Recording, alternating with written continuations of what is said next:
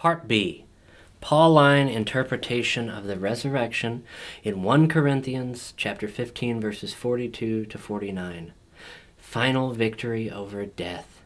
General audience number 70 of January 27th, 1982. During the preceding audiences, we reflected about Christ's words about the other world that will emerge together with the resurrection of the body. These words had a singularly intense echo in St. Paul's teaching.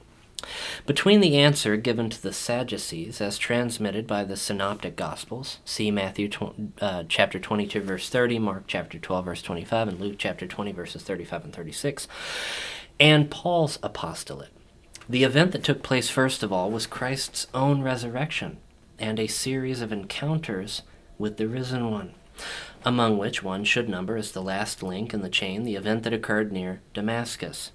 Saul, or Paul of Tarsus, who after his conversion became the apostle to the Gentiles, also had his own post-paschal experience, analogous to that of the other apostles.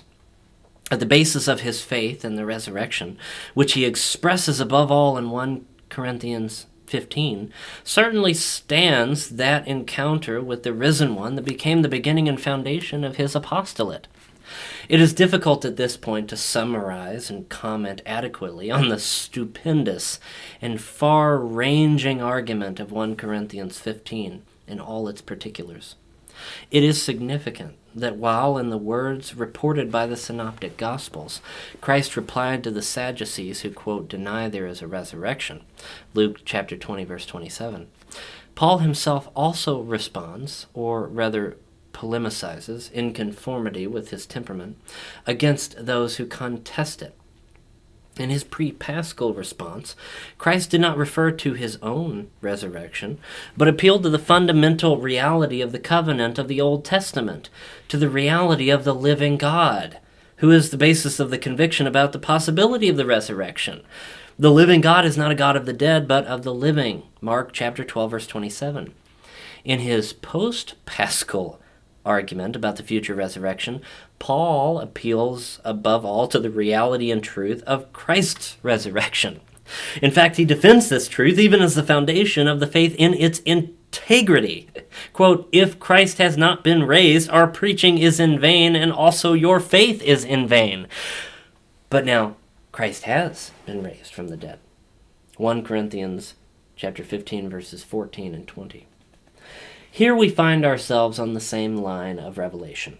The resurrection of Christ is the final and fullest word of the self-revelation of the living God as, quote, God not of the dead but of the living, Mark chapter 12, verse 27. It is the final and fullest confirmation of the truth about God, who from the beginning has expressed himself through this revelation. The resurrection is also the answer given by the God of life to the historical inevitability of death, to which man was subjected after breaking the first covenant and which entered his history together with sin. 1 Corinthians 15 illustrates this answer about the victory won over death with extraordinary clear-sightedness by a presentation of the resurrection of Christ as the beginning of that eschatological fulfillment, in which through him and in him everything will return to the Father. Everything will be subjected to him. That is, handed back to him definitively, so that God may be all in all. 1 Corinthians 15, verse 28. And so, in this definitive victory over sin, over what sets the creature against the Creator, death is vanquished as well. Quote, the last enemy to be destroyed will be death. 1 Corinthians 15, verse 26. In this context, one finds words that can be considered a synthesis of Pauline anthropology concerning the resurrection. We should dwell a little longer on these words. We read in 1 Corinthians 15, verses 42 to 46, quote, what is sown is perishable. What is raised is imperishable. It is sown in dishonor, it is raised in glory. It is sown in weakness, it is raised full of power. It is sown a natural body, it is raised a spiritual body.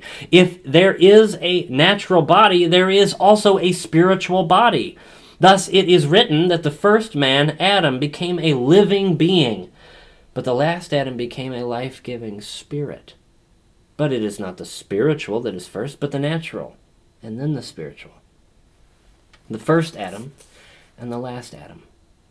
Between the Pauline anthropology of the resurrection and the anthropology that emerges from the text of the Synoptic Gospels, Matthew chapter 22, verse 30, Mark chapter 12, verse 25, and Luke chapter 20, verse 35 and 36, there is consistency in essentials, except that the text of 1 Corinthians is more developed. Paul shows the depth of what Christ had proclaimed, penetrating at the same time into the various aspects of this truth, which had been expressed concisely and substantially in the words written in the Synoptics.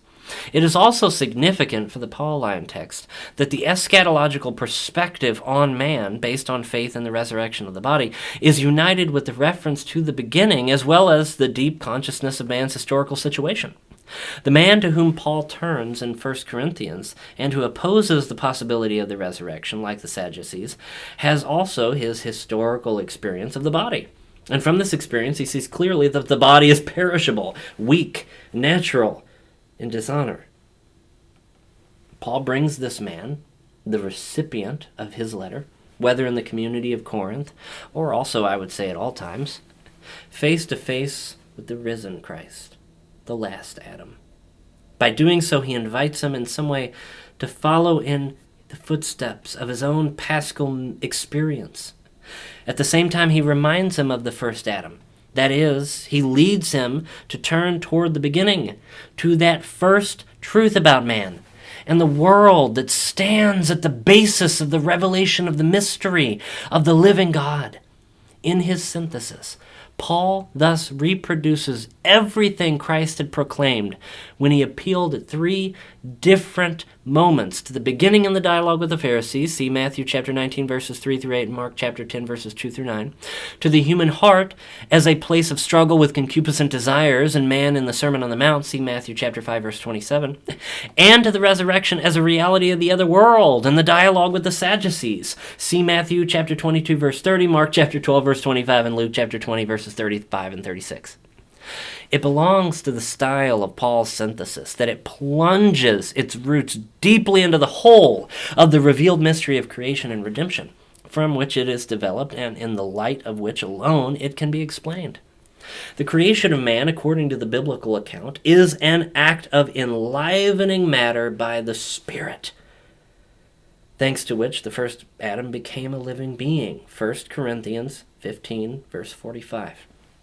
Here, the Pauline text repeats the words of Genesis chapter 2, verse 7, that is, of the second creation account, the so-called Yahwist account. The same source tells us that this original animation of the body suffered corruption because of sin. Although at this point in 1 Corinthians, the author does not speak directly about original sin, nevertheless, the series of definitions that he attributes to the body of historical man, namely that it is perishable, weak, natural, in dishonor, indicates sufficiently what Revelation portrays as a consequence of sin, what the same Paul elsewhere will call slavery of corruption, Romans chapter 8, verse 21. To this slavery of corruption, the whole creation is indirectly subjected because of the sin of man, who had been placed by the Creator in the midst of the visible world that he might dominate it. See Genesis chapter 1, verse 28. In this way, man's sin has not only an interior, but also a cosmic dimension. And according to this dimension, the body, which Paul, in conformity with his experience, characterizes as perishable, weak, natural, in dishonor, expresses in itself the state of creation after sin. This creation, in fact, quote, groans and suffers labor pains until now. Romans chapter 8, verse 22. Nevertheless, just as labor pains are united to the desire for birth, to the hope of a new human being, so also the whole creation waits with eager longing for the revelation of the sons of God, and cherishes the hope that it itself will be set free from the slavery of corruption, to enter into the freedom of the glory of the children of God. Romans chapter 8, verses 19 to 21. Through this cosmic context of the statement contained in Romans, in a certain sense through the body of all creatures, We are attempting to understand the Pauline interpretation of the resurrection in its true depth. If this image of the body of historical man, which is so realistic and adequate to the universal experience of human beings, conceals within itself, according to Paul, not only the slavery of corruption, but also hope, similar to the hope that accompanies labor pains, the reason is that the apostle captures in this image also the presence of the mystery of redemption. The consciousness of this mystery breaks out of all the experiences of man that can be defined as slavery of corruption. It breaks out because redemption is at work in man's soul through the gifts of the Spirit. We ourselves who have the first fruits of the Spirit grown inwardly while we wait for adoption as sons, the redemption of our bodies. Romans chapter 8, verse 23. Redemption is the way to resurrection. The resurrection constitutes the definitive accomplishment of the redemption of the body. We will come back to the analysis of the Pauline text in 1 Corinthians in our further reflections.